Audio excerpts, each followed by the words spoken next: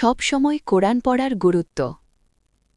আমরা অনেক সময় ভাবি কোরআন শুধু বিশেষ সময় পড়ার জন্য, কিন্তু সত্যটা হল কোরআন মানুষের পুরো জীবনের জন্য। কোরআন শুধু একটা ধর্মীয় বই না, এটা আমাদের জীবনের পথ নির্দেশ। যখন মানুষ দিশাহারা হয়ে যায়, কোরআন তাকে পথ দেখায়। যখন মন ভেঙে যায়, কোরআনের আয়াত হৃদয়কে শান্ত করে। আল্লাহ তাআলা বলেন, নিশ্চয়ই আল্লাহর স্মরণেই অন্তর শান্তি পায়। কোরআন পড়ার সবচেয়ে বড় সৌন্দর্য হল এটা শুধু পড়া নয়, এটা আল্লাহর সাথে কথা বলার মতো। আপনি যখন কোরআন পড়েন, তখন আপনি এমন এক বার্তা পড়ছেন যেটা আল্লাহ নিজে মানুষের জন্য পাঠিয়েছেন।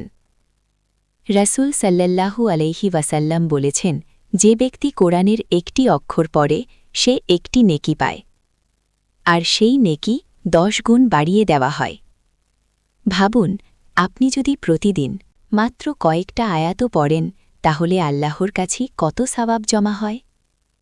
কোরআন শুধু সওয়াবের জন্য পড়ার বই না, এটা এমন একটি আলো যা মানুষের অন্ধকার জীবনকে আলোকিত করে।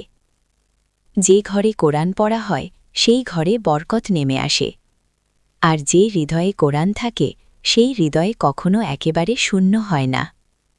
তাই আজ থেকে একটা ছোট সিদ্ধান্ত নিন, প্রতিদিন অল্প হলেও কোরআন পড়বেন।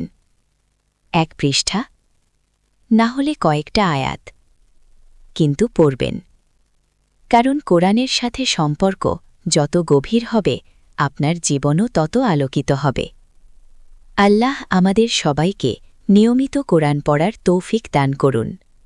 আমিন।